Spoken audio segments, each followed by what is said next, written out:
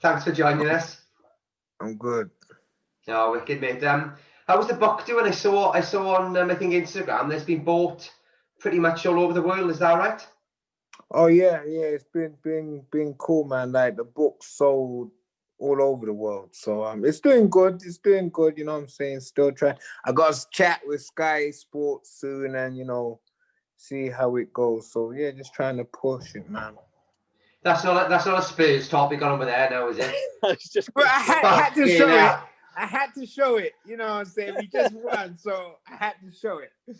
You know what I mean? He's only just finished drying his tears, mate. Oh, he supports them. Them. I didn't see the game, so I'm gonna see it when it comes on again. You enjoy that, Ash, mate. You enjoy it, buddy. Of course, the result is big. Damn, that's big. Bloody hell. Yeah. Well, I saw that it's the first time you've ever been like 4 down in the first half. Yeah, first time you've ever conceded 4 at half time in the Premier League. Yeah. Yeah, nuts. Happens. Yeah, and he's a Liverpool fan, so this is getting better and better. Oh yes, good for him, then, isn't it? He's up there. All smiles my end, lads. He's up there. Sticking with the book, mate. I mean, what was the idea? When did you sort of decide to go about this venture of writing a book? All right, so basically, I used to. I don't know if you guys remember. There was a book when I was a kid. It was called Adrian Mole. I don't know if you. So Adrian Mole, he used to write about his childhood, like what's going on and stuff. So I was like 13 at the time, and I just would write about my day. So as a kid, I used to just write about my day and stuff. So I stopped for many years, and then when I went off to like America, for each camp I would go there, I just used to write down what I was doing day in, day out at camp. So a lot of times the folks would be like, "What are you doing?" I said, "I'm just doing my diary, man. Like, what's going on today?" So we're going back to like 2005, 2006. I would just write about my day. So when I was with Floyd, the crazy thing is when I was British champion and I went over to Floyd's gym for 2 weeks, like I actually wrote about it, and Boxing News, they asked me if I would like write a little piece like for them, like how it is in the gym. And I said, cool, because I was writing about it anyway. So some of the stuff that I put in the news, it was little bits from what I had actually been there. And then when I lost the British, I went back to Floyd's, and then the book, like half of the book is when I'm with Floyd. So you get like when I actually go back to Floyd's, and then I'm like the months, like the 3 months or the 2 months that I'm actually trying to get onto Floyd's team, and I'm just trying to spar everyone in the gym who's anybody. So you kind of get that, and where I'm trying to chat with Leonard. So I'm just trying to chat with everyone to get in there with Jay Leon because he helped me out. So it was weird for me when I had to read back on everything I had wrote, and like, it was bringing back everything from like years ago. I was like, "Ray, that was cool." But at the same time, I know a lot of my friends over there, they might not like certain stuff I put in there. Like, it is what it is, isn't it? That's how I felt at that time. That's how I felt at that time. So some stuff I left in it, and there's some stuff I took out. But so it's just half of the book is just like training camp stuff, like me just going on about what happened then, and then like the other half or the start of the book is about like me as a kid getting involved in crime, going jail, doing all the mad stuff. So for me, what pushed me to, I needed the ending. So I had finished the book from when I thought AB, the book was basically done. If I had won, I would have released the book then. Yeah. But then I lost. So then I was like, shit, I need an ending. And then I didn't have an ending. So I went on this world tour, and then I was like, this is the perfect time to do the ending because I've achieved so many wins, my 50 wins, and I'm going to try to get this gym thing now. So that's how I'm going to end the book. And that's how I ended the book. And then what was going on in the streets down here with a lot of the kids getting involved with knife crime and all of that stuff. I used to be one of those kids on the street. So I kind of wanted to release the book to show a lot of these kids that you can have a bad start and be living that life, but you can still change it and go on to try to fulfill your dreams or whatever it is. So that's basically the thing around the book. Oh, wicked, mate. Was great stuff. Was there a lot to do with you getting your coach's badge as well, Ash? You know, getting a gym, getting your coach's badge, giving back to the community. Is that part of it as well? Yeah, well, the thing is, I was from my last fight a year ago. Like straight afterwards, I started to go around to gyms to speak to the gym owners and stuff.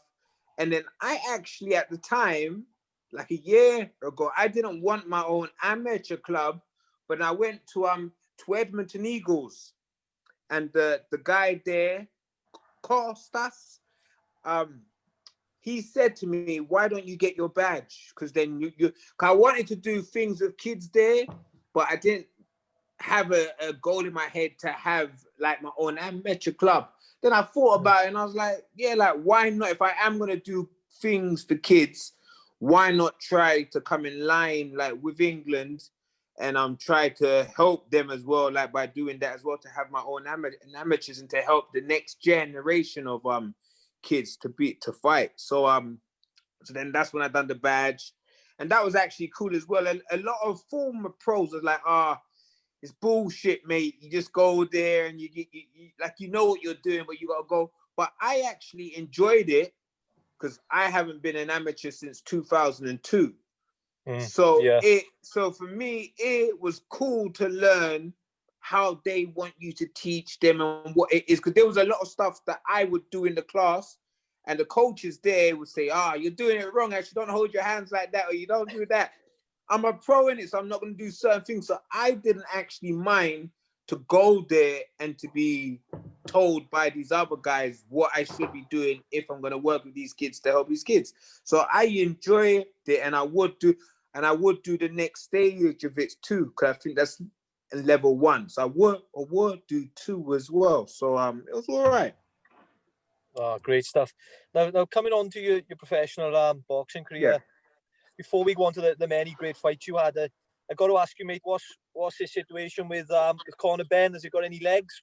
What's going on? Last thing I heard, like my team, they reached out to Hearn, and so basically, I went up to 12.5 stones, like when we were shut down. Ben knew he was gonna fight. He had expected to fight July time, like, so he's in shape, like he's cool. I've been like just chilling. I need months to get into shape, to lose weight. Like I'm older now, like he's young and everything. So basically that's why I was like, it can't happen now. Like I need time. But I've actually heard that they're going to because Ben actually asked to spar with me like a few weeks ago. Like he asked to spar with me a few weeks ago. Because I think he's gonna fight for the British in November.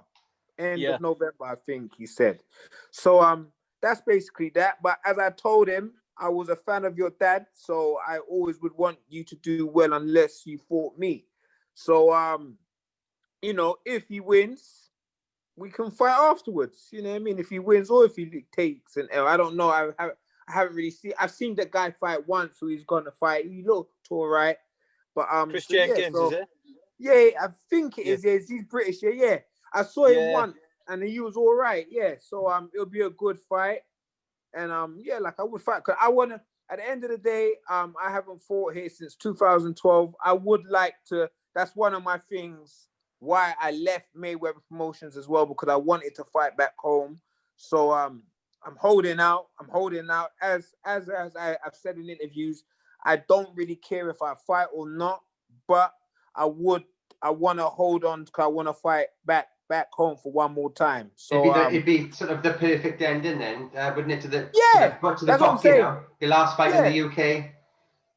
Yeah, that's what I would like to do, because I've done everything else that I want to do in the sport. So I'm holding out. So I haven't retired and stuff, and I'm always in the gym, but my weight was high because everything was shut down. So I'm just starting to lose weight now, and you know, starting to do pads and you know, I start to spar soon as well. So, because it's weird, it's exactly a year ago tomorrow like that I had my last fight. So the year has just gone so quick because of how it has been. So you know, it is what it is. Do you think on Eddie's part maybe he was a little bit cautious? I mean, considering, if you've still got the hunger and you want to be in there fighting, you're a dangerous fight for Conor Benn, especially at this point in his career, mate. You know what? I think it would have been. See, when I was doing like my world tour thing, I had like 10 fights in 2 years. So I was active. So that would have been the worst time to get me because I was good to fight. Like, and there was a lot of times during those fights, I was like, it's kind of a waste of me putting my skills out here because I'm beating guys who it's just too easy. Like, you know what I mean? Like, and I did. So in my heart, I wanted a real fight, but I couldn't get real fights. So I was like, I just keep doing this, just having fun. And so now I haven't fought for a year. I still been a thing, but I've seen that a lot of the big name guys, they haven't fought in a year as well. Like it's like a lot of us have not really fought this year.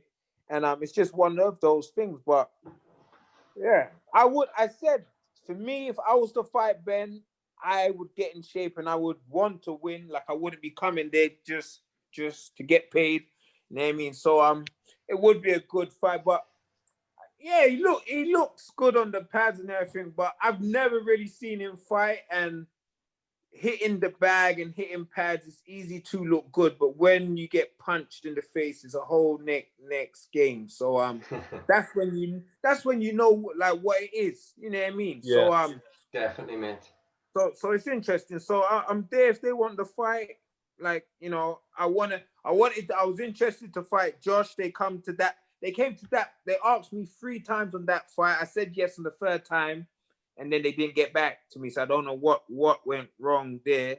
But I'm trying to. I spoke with MTK, and like Lee was saying, Lee like Lee was cool. He said he was gonna try to get me a fight here, and then we got shut down.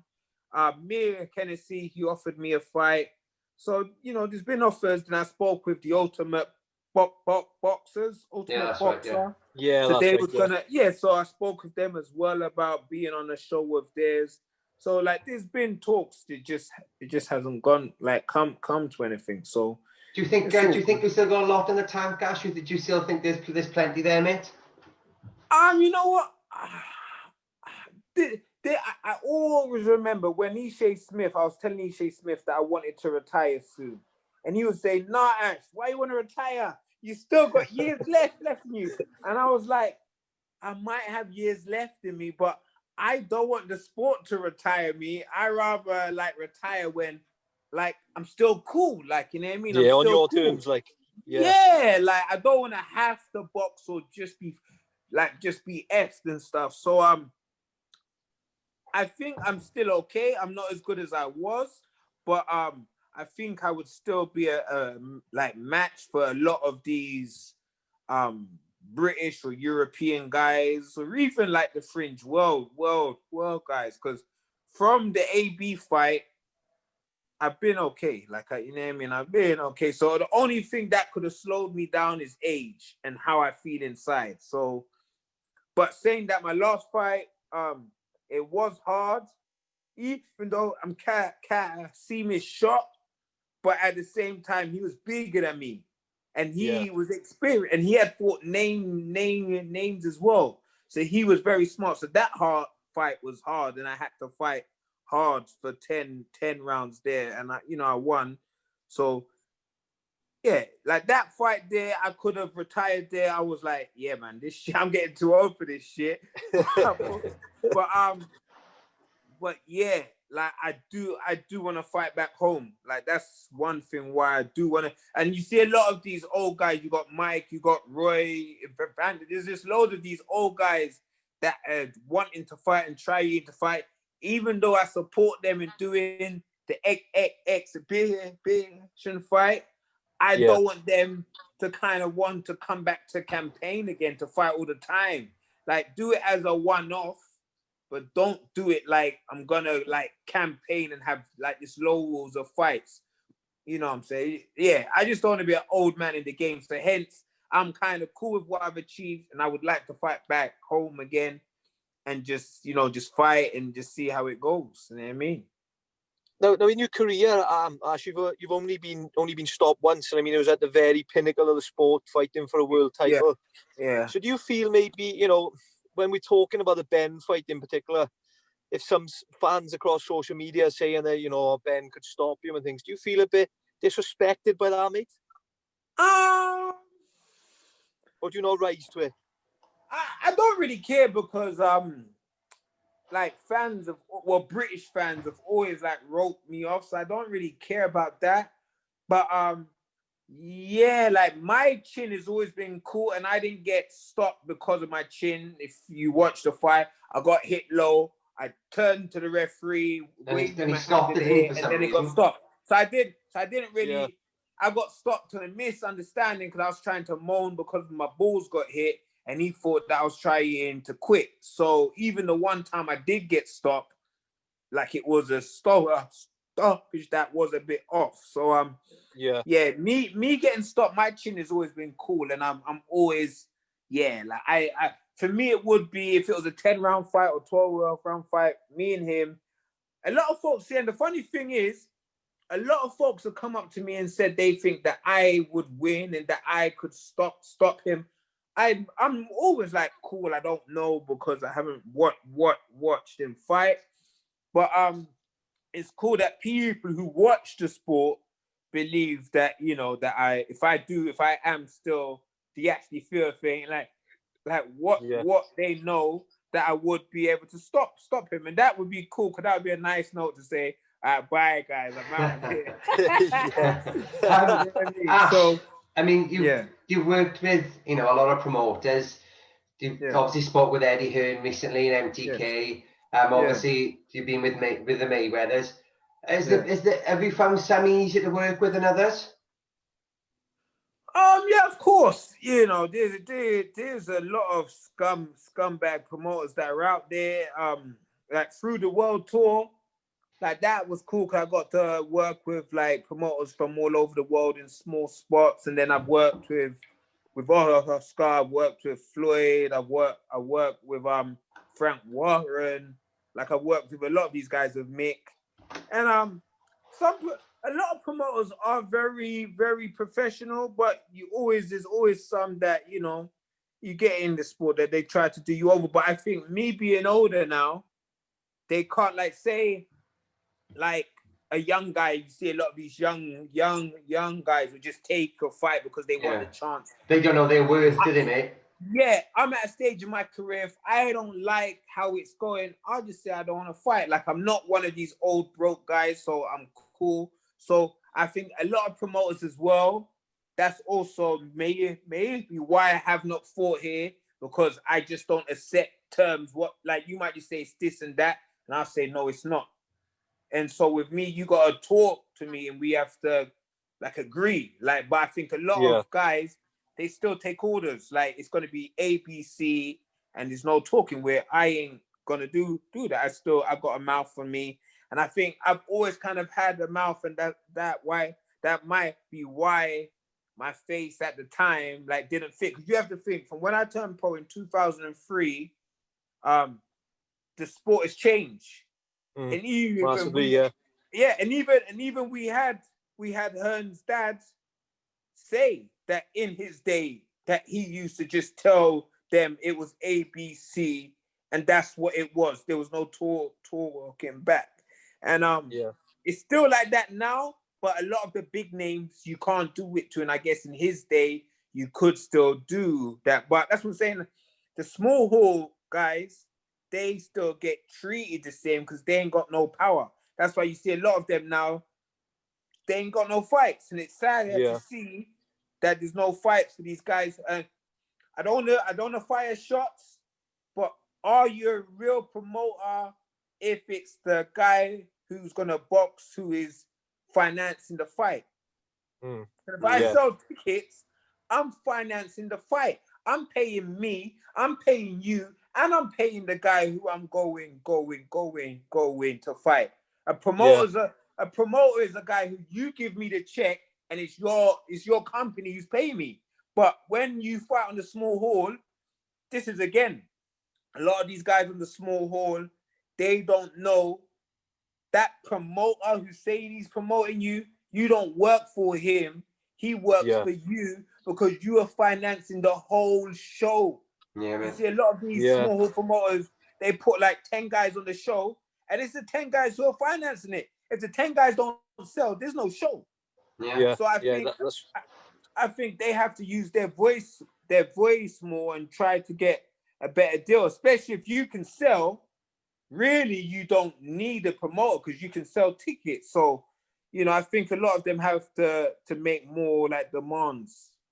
Do you feel like personally for yourself that's why it was important to go to the States? I mean, to get those opportunities that you've spoken of there. If you look at my career, if I didn't go to the USA, I wouldn't have got no opportunities. I won my British eliminator, and I didn't fight the British champion till 4 years time because I wasn't supposed to win that fight. So they gave me the fight my first time on Sky, and they had never heard of me. They was like, "Who is this kid?" And the sad thing is, I couldn't get because Lions came after me, all of those guys, and they would not fight me at all. So I was just kept outside, and then I had to go to like America and do these small hall fights. And it's only when I was in 2010, I beat the world number 3, and that's when Mick Hennessy asked me, "Do you want to fight the British champion?" And I was like, "I just beat the world number 3. I don't care, but I don't want to fight the British champ." And then but then I said, but because he had the 2-weight or British champion. So I said, I want to fight Dawes. If you give me the Dawes fight, I want to fight, because Dawes, when I was an amateur, he was the man. Like, he won the ABAs, and as an amateur, I watched him fight. Lee Beavis, and Lee Beavis beat me in the dibs, and I was like, man, this Lenny Dawes is good. Like, one day in the pros, I want to fight him. And then they made that fight, and and that's why I came back. So that's what I'm saying. Again, I only got that shot because I beat the world number 3. If I didn't beat the world number 3, I wouldn't have been kept up. It's just like you got Bowles. You got Bowles who just lost in the British fight the other day. Yeah, it's really very good, yeah. Like with Bowles, again, he's a man who's been on the small hall thing like his whole career. Like very few opportunities, and he can fight. And I think there's a lot of guys like him who, if they did have a chance from promoters like years ago, like the big promoters, they would have done so much well. But because there's only so much support for guys on the small hall, no one really saw him. And I don't want to say he wasted his career because he was Commonwealth champ, but he could have achieved so much more. But it's just so hard when you're on the small hall. It's hard for you to get a break. And if I didn't go to America, I would have been just like them. I might not even been British champ. I only got the British thing because of I was world 3. So yeah. What was it like in America with the Mayweathers, mate? I mean, obviously you were signed for 6 years. Was it 6 years of happiness, or were there a few bumps in the road along the way? I would say this. It's like being in a family. You're not gonna agree all of the time. Like sometimes you're not gonna agree. But for real. So I would say this. Floyd Mayweather, me and him, that's why now when he comes into town, or if I'm over there, I can always go and hang with him. Me and Floyd have always got on from when I met the man. He's always been cool with me. So I've never had an issue like with Floyd, but sometimes like it's like a promoter in it, so they got to make their cash. They got to make certain decisions that they feel. So the first 3 years for me was good. I fought on 3 of Floyd's cards. I fought on 3 of his preview shows when he was gonna fight. I was on the week of the show fight, and I got paid well the first 3 years. And I actually wanted to retire, like with Mayweather Promotions, because that was like dead. Basically, I had done good before them, but they put me the step above. You know what I'm Yeah, saying? yeah, Like, it took you to that next level. Being with Floyd, I was the first, as Floyd said the other day, I was the first British guy he signed. I was there from the start. And but the last 2 years with them, I only got like one fight a year. And like I like to be active. So that's why I just had to leave. Like I was like, yeah, I got to go, man, because I had 1 more year left on my deal, and then I was just like, I want to retire soon, and I can't be fighting like one fight a year. Like now, it seems like the guys are starting to fight again, but like at that time, I was fighting one time a year, and that's pretty much like why I left, because I was like, yeah, man, I got to fight. But at the same time, I had a great time there. Like I still miss it. Like every day, like I miss the place, like my friends, like you know what I mean. I just had a great like 5 years there, and the first 3 years with Mayweather Promotions was great because Floyd was in the gym like all of the time because he was actually doing his thing. But then when he retired, the fights just slowed up. So that's why I kind of left. But nah. Like overall, like I had a great time there, and like I got paid the most I ever saw. Like I always remember like the first fight I had with them, and Leonard said like what I was going to get paid. Like I was like, oh shit! I was like, oh shit! That's good. Pay-per-view. Yeah. So for me, I think for all my 4 British fights I had as British champ, I got paid that just to my first fight with like Mayweather Promotions. So like yeah, man, they gave me opportunities. As I'm saying, I lost my first fight with Mayweather Promotions. They could have dropped me then, but they said nah. Like Floyd said, don't worry, you're gonna come back. I got six wins straight. And then, I fought AB, and then I didn't beat AB, and then it was basically over from there. But, and I mean, at least they got me my world shot. I always wanted to fight for the world belt. So yeah, they had that belief in you as well, mate. Yeah, they had it from the start.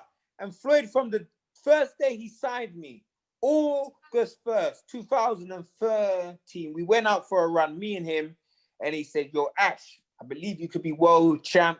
A lot of these guys, I know that you can beat. And from the first time he signed me, he said he thought I could be AB. So this is, and I didn't fight AB till 3 years to go. So he believed in me from the very first time he signed me. Like, you know what I'm saying? Like, it's not his fault. If I had won, then my career would have went a next way. Sometimes you only get one shot, and then when you don't take that shot or you doesn't go your way, it's a wrap.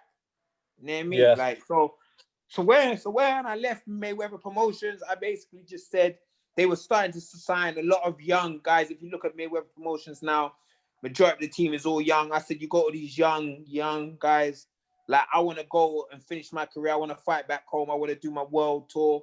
And they were just like, cool, like, just do you in it. And then they like released me, and then I bounced. Yeah.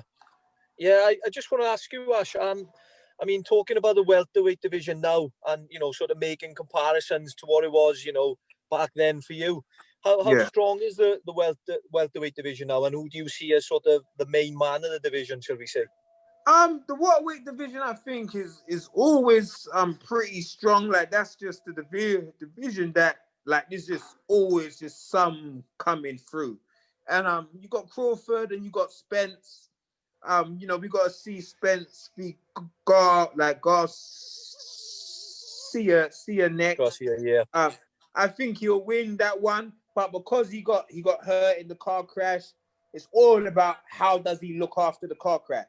Yeah, the after effects of it. Yeah, because we don't know how. It's all good him saying that he feels great. We see some clips of him hitting pads and hitting bags, but it's different when you're in the ring and you're wearing them 8-ounce gloves and you get clocked in the chin. So it's going to be good to see how Spence is, and Garcia can fight. He's still got it there, and but I think it's really out of Spence and Crawford to to see who is going to be the guy in the weight division. You know what I mean? But I think when they do fight, it's got to be like a 3-fight deal. Yeah, like it might go 1-1 and 3. Yeah. So do you think that? Do you think Terence Crawford, who we expect him and Kell Brook are going to get it on very soon? Yeah. What's your thoughts on that fight? I see that you're favouring a Terence Crawford win. Do you think he stops Brook? I just think with Brook, it's such a shame because I think, again, he's like one of those British guys that was world champion, but you stayed safe in Britain. Yeah. I don't understand why they do that shit. Like he should have done one of Amir Khan done maybe and come over States. It doesn't matter. That's what I'm saying. You have to go abroad. All the stars have gone. Hatton, like all of them. Kazagi even. All the big British guys go over to the USA. That's where it is. And you staying home to be safe and we're fighting in Britain. It's great. Fight at home, but to get those big fights, you have to go to the USA. That's how it is. And it's a shame because I feel that he wasted some years of his career just having like safe fights, getting like some easy cash. And it's a shame because you know what I mean? He was very good, but I think him like trying to make weight, that might hurt him as well, because that's why you moved up, because you found it too hard to make weight. But because them guys at that weight are probably too good for you now, you're like, I can make weight. So I just think that he's had his best days, and it's cool to fight Crawford. It'll be a good fight, but I don't know if it goes points or if he's gonna lose by KO. But it's just a shame because he was very good, and I just think he should have went to the States, and he left it too late to get the best fights like here in his career. Yeah, Ash, I've got to ask you just quickly before you go, mate. Have you spoken to Floyd, or do you know anything about this? All these rumors about him fighting Logan Paul. Do you see that happening, bro? Or? I've spoken with a few guys in the camp, and I don't know if it's true because I don't know the weights. I don't think it could go down because of the weight thing. Yeah. But I do know with Logan Paul, I will say he actually trains like every day, and he trains with pros. Like, so I'll give him that like respect. Like, he's not like the YouTube guys who just stay away and they just come to make their cash. He actually is training every day. He's living the life, is he? Yes, I'll give him like that respect. That is that. But if Floyd and him was to fight, I'm one of those ones, same kind of ones with like the Roy and the Mike fight. I don't really care because Floyd's retired and he can kind of do what the fuck he wants to do. Like, it's not a pro fight as long as I know. Like, so he's retired. Like, if you're retired, you gotta make some cash, whatever it is. And if people want to buy it, it's up to them because no one's forced to watch the fight. If you don't like the fight, mate, you don't have to watch the fight. So I kind of haven't got an issue with the fight because it seems to be the in thing now. You got Herm putting on these YouTube guys, like Herm putting on the YouTube guys, and you got world champions that are underneath them. Like, so, you know, it just seems at times that we're in now, they bring views that makes money and blah, blah, blah. So for fans who actually love the sport, I think it's one that you just got to put up with. Like, it's one of those, I think, if it makes money, it makes sense, isn't it? It's one of those sayings. Yeah, like, you know what I'm saying? Like, you know, there's sometimes that bullshit just goes on in the sport, and now as a fan, you just got to take it, like, you know what I mean? So I think the YouTube guys are kind of here to stay because everything is about views now. Everything is about views because that's how they make cash. And, you know, so, But retired, I haven't got no issue with a retired man trying to fight one of them because he's retired. So he kind of, you know what I'm saying, like, shit. I want some easy money, man. I want some easy. We all would do it. If we all could get like 10 million to fight some easy guy, we all would do it. But everyone's like, it's a shitty fight. But I'm still gonna watch, but it's a shitty fight. Like, like, you know what I mean? Like, Damn, yeah, that's right, mate. But Ash, I gotta say, thanks so much for your time today, mate. Yes. And yeah, go on. we'll hopefully, if you get the Conor Benn fight, mate, or another fight, we'll definitely catch up again soon. And I'm gonna buy the book as well. All right, my man. Full love. All right, guys. Yeah, all cheers, right, Ash. Nice one, bro. Cheers, Ash, mate. All right, peace. Take care. Yo. Bye, buddy. Yeah.